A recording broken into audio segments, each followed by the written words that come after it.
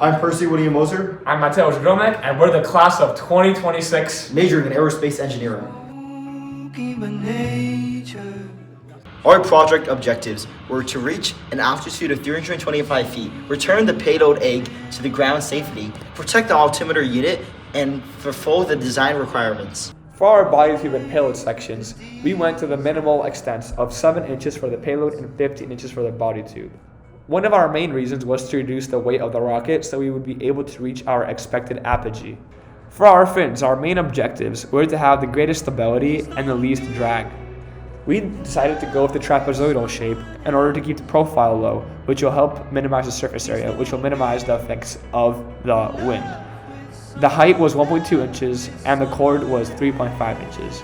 We opted for 3 fins rather than 4 in order to reduce the surface area and also to reduce the weight. Because we had a very short body tube and payload section length, we needed to have larger fins. For our parachute, we opted for the largest maximum diameter, 18 inches, and chose an hexagonal shape because it was easy to cut out. The bigger parachute meant that the egg would be going slower in theory after being ejected, thus protecting the payload. One issue with our design was the tight knot we used for the shock cord when tying the parachute. We'll get back to this later. On open rocket, we accounted for the weight of the glue used, and thus the actual weight of the glue had a likely negligible effect on the real apogee.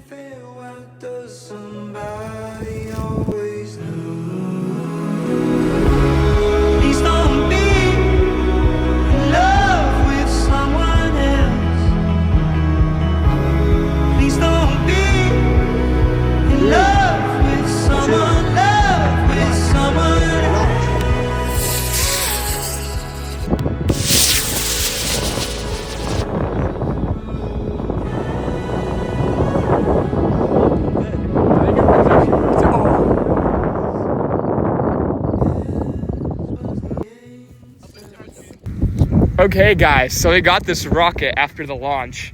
We ended up not letting the egg survive. Sadly, it cracked on the way down.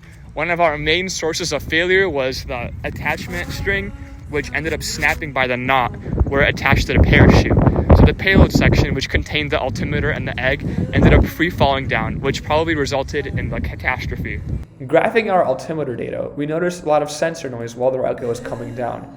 Most of this is most likely due to the pressure of the ejection charge and the very abrupt breaking of the parachute string, which caused the free fall of the altimeter. Another one of our failures was that we did not achieve our intended altitude of 325 feet.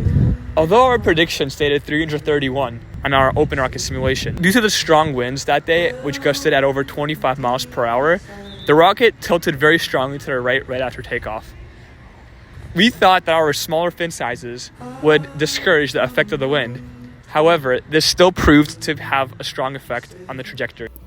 We learned to account for natural conditions, not just the ideal situation. We could have done this by looking at the weather conditions for our launch date and making adjustments to our rocket accordingly.